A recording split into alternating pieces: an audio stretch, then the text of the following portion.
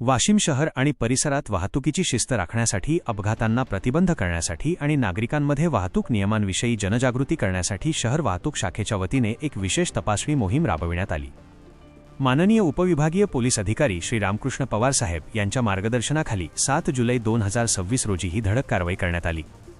या विशेष मोहिमेदरम्यान शहर परिसरात वाहतूक नियमांचे सर्रास उल्लंघन करणाऱ्या वाहन चालकांवर कडक नजर ठेवण्यात आली होती।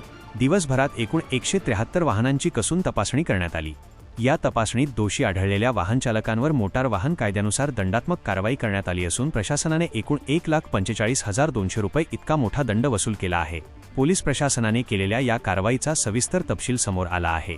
यामध्ये विनापरवाना वाहन चालविणाऱ्या 2 चालकांवर, विना नंबर प्लेट प्रवास करणाऱ्या 9 वाहनांवर आणि 3 फॅन्सी नंबर प्लेट असलेल्या वाहनांवर कारवाई करण्यात आली। शहरात वाहतुकीला अडथळा ठरेल अशा पद्धतीने नो पार्किंगमध्ये लावलेल्या तब्बल 99 वाहनांवर दणदणीत कारवाई झाली। याशिवाय ट्रिपल सीट प्रवास करणारे 49 वाहन चालक, पोलीस आदेशाचे उल्लंघन करणारे 7 जण, वाहन चालवताना मोबाईलवर बोलणारे 7 चालक, अतिरिक्त प्रवासी वाहतूक करणारे 201 जण आणि वाहनांना काळी काच लावणाऱ्या 2 जणांवर कायदेशीर बडगा उगारण्यात आला।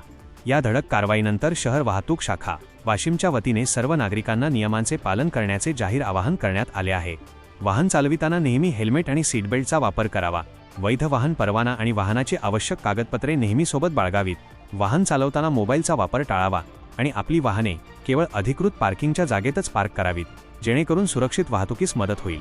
वाहतूक नियमांचे उल्लंघन करणाऱ्यांविरुद्ध भविष्यातही अशाच प्रकारे सातत्याने आणि अत्यंत कठोर कारवाई केली जाईल असा इशारा देखील पोलीस प्रशासनाने दिला आहे। अशा नवनवीन बातम्यांसाठी चॅनलला सबस्क्राइब करा आणि पाहत रहा MH न्यूज मराठी।